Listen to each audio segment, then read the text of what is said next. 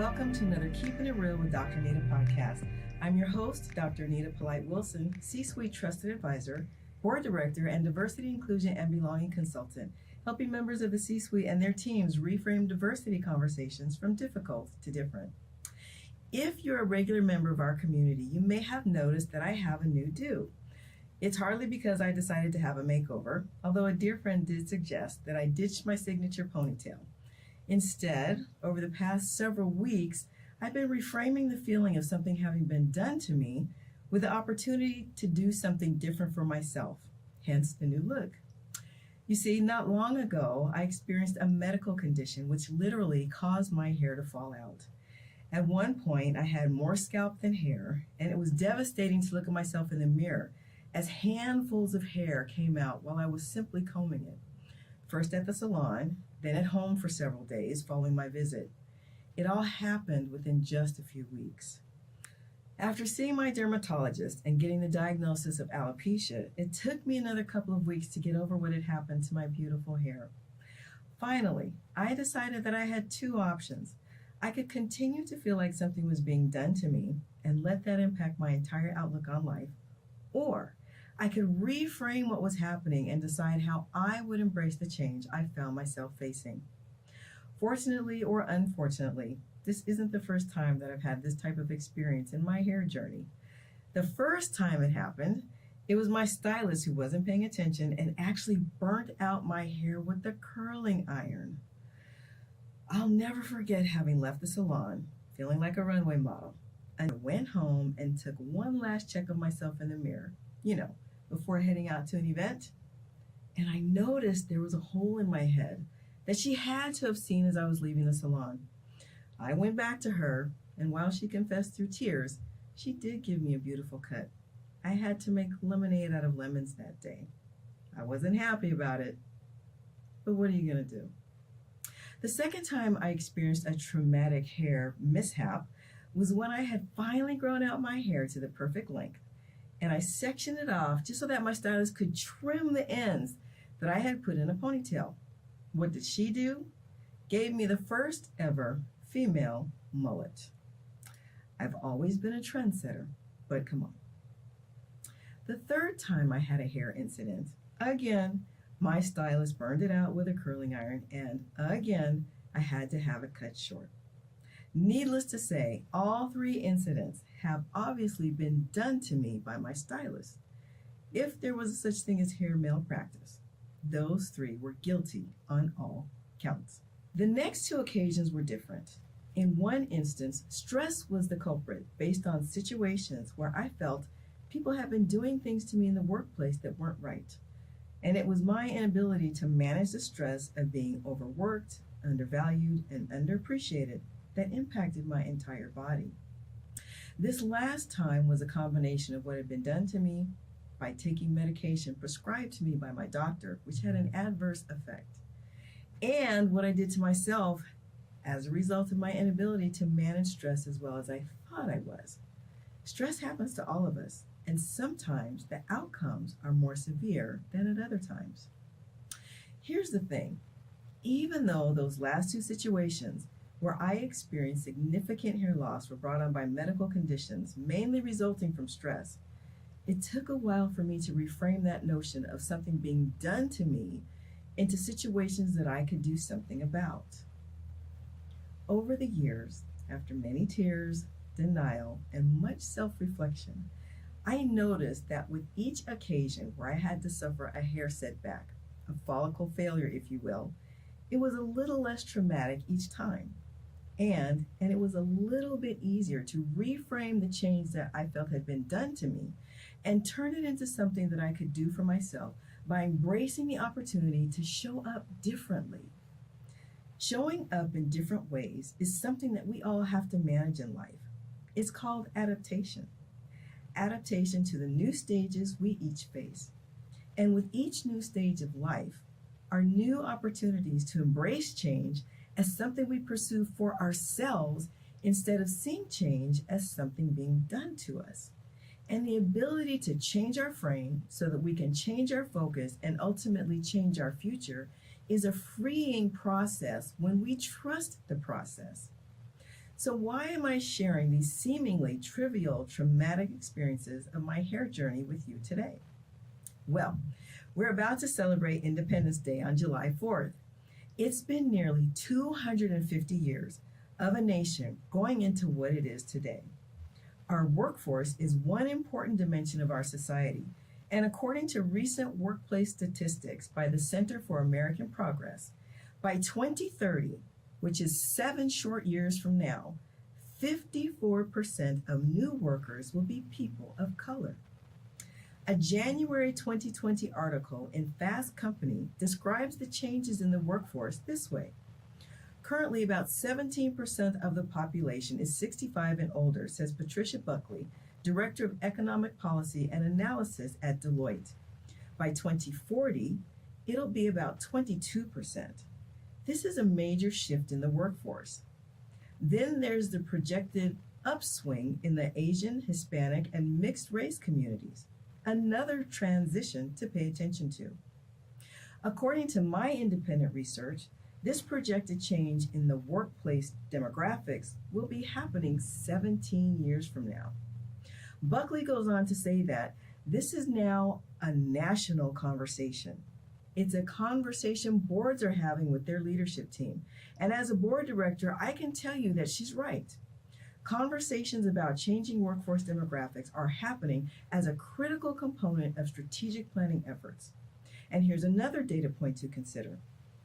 In the March 2023 edition of Forbes magazine, an article entitled How Population Trends Are Impacting the Future of Work, author Sheila Callahan reports that people who live longer, healthier lives may want to work longer to support their continued longevity.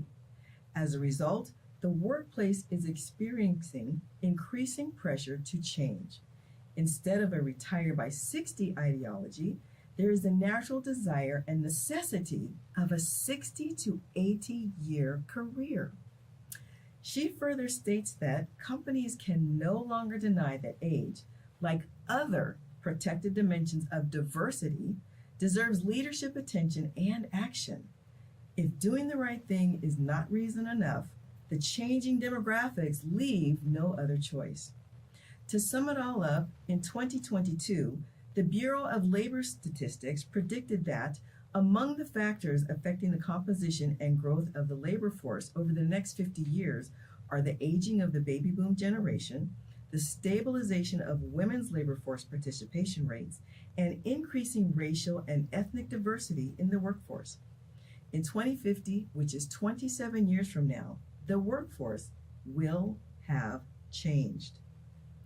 Some people are going to see changes in the workforce as a threat to their identity, or as changes that are being done to them, instead of reframing changes in the workforce as an opportunity to show up in different ways and cultivate a culture of inclusion and belonging in the workforce of tomorrow by preparing for it today. Now, you may think that the two situations of my forced change in hairstyles and changes in the workplace are not equal in terms of intensity or impact. But for some people, any type of change is hard. And for some people, facing these anticipated changes in the workforce will be very hard, which is why the ability to embrace change really relies on our attitudes towards change, as well as the relationships, the networks, and the support systems that we cultivate in the workplace. In the workplace, it's crucial for us to see each other in terms of members of the human race that happen to be running for the same corporate team. Consider why the notions of inclusivity and belonging are trending.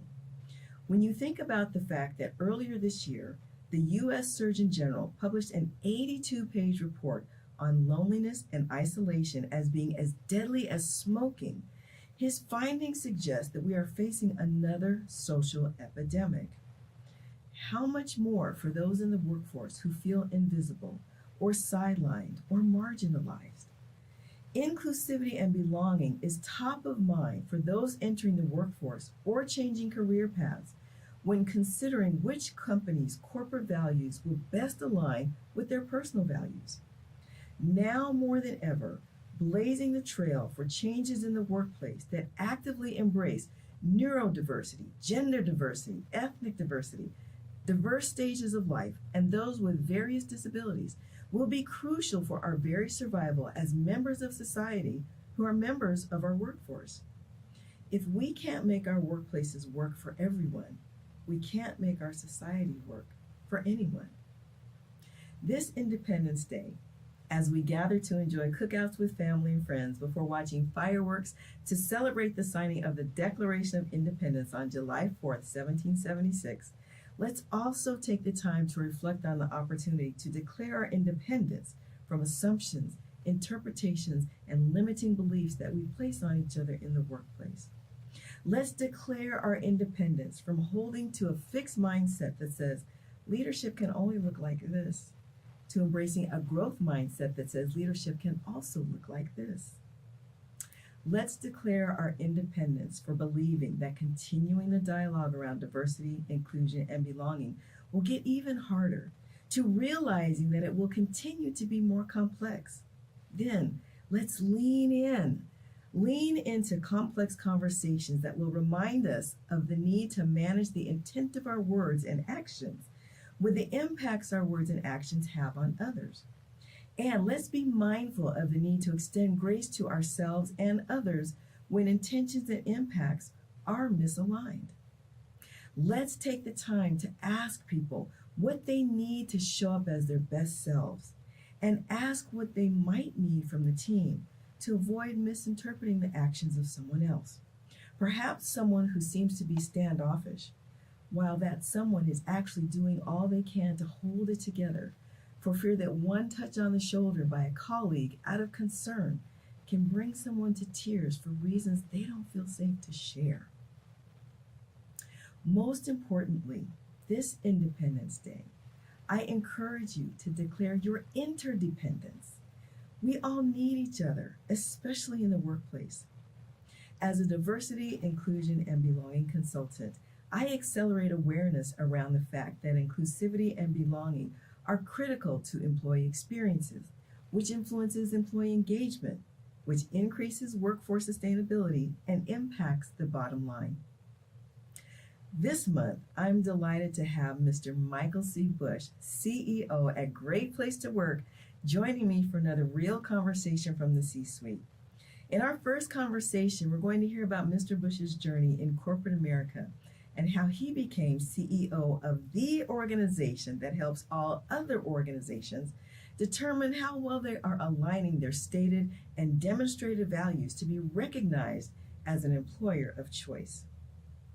In our second conversation, we'll be digging into some of the data I just presented about the workforce of the future and what that means for organizational belief systems still claiming that well-qualified, diverse candidates are hard to find. In our third conversation, we'll explore why the words inclusivity and belonging are trending, while the word diversity seems to be taking a back seat, and awareness of neurodiversity is on the rise.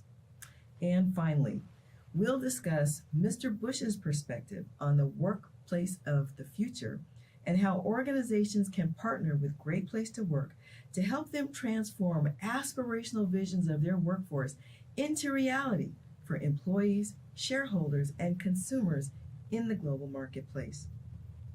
The amount of time we will get to spend with Mr. Bush is a rarity, and I hope you'll join me for every insightful chat that he and I will share. To learn about my services and resources, please go to my website at dranita.com. Remember, you must spell out the word doctor. While you're there, click the Keeping It Real podcast link at the top of the landing page to hear this show again or any previous podcast. You can also find me on your favorite podcast player. So please get in the flow, follow, like, and overshare with your network any of my Keeping It Real podcasts that helps you reframe diversity conversations from difficult to different. Until next time, this is Dr. Anita reminding you to stay blessed and keep it real. Happy Independence Day, America.